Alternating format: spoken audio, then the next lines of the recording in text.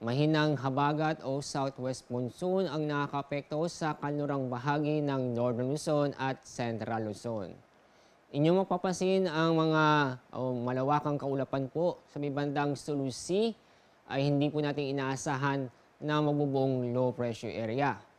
Itong mga kaulapan nito ay hindi magtatagal at inaasahan po nating malulusaw pagdating ng tanghali o sa hapon.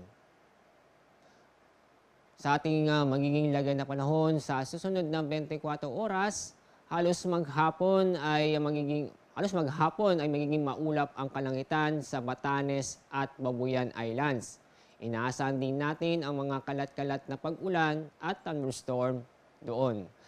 Sa lalabing bahagi po ng Luzon at ganoon din po sa Visayas at Mindanao ay magiging maganda at maliwas sa panahon, maaraw, pero may chance na pa rin po ang mga isolated na mga pag-ulan dulot ng thunderstorm. Dahil sa mainit na panahon ngayong araw, mataas po ang temperaturang magtatala sa Metro Manila na aabot ng 33 degrees Celsius. 33 degrees Celsius din ang inaasahan po natin sa Tuguegarao. Bahagyang mas mataas naman sa Legazpi na aabot ng 34 degrees Celsius. Dako tayo sa Visayas at Mindanao.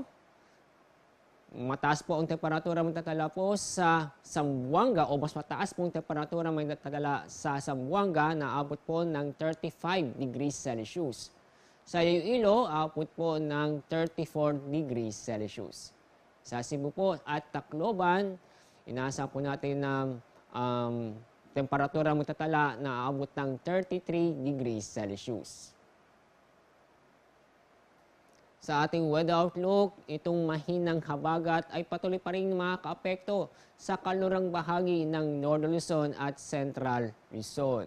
Pero pagdating po ng araw ng linggo, itong mahinang habagat ay maapektuhan ang kabuuang Luzon. Kaya sa Baguio City po ay sa susunod 2 araw, maganda po ang panahon inaasahan po natin, maliban lang po sa isolated na pag-ulan. Pero pagdating po ng araw ng linggo, halos maghapon po maulap ang kalangitan at may tsansa ng mga kalat-kalat na pag-ulan. Sa Metro Manila, inyo makikita sa susunod na 3 araw bukod sa magandang panahon, mainit na panahon inaasahan po natin sa mga araw nito.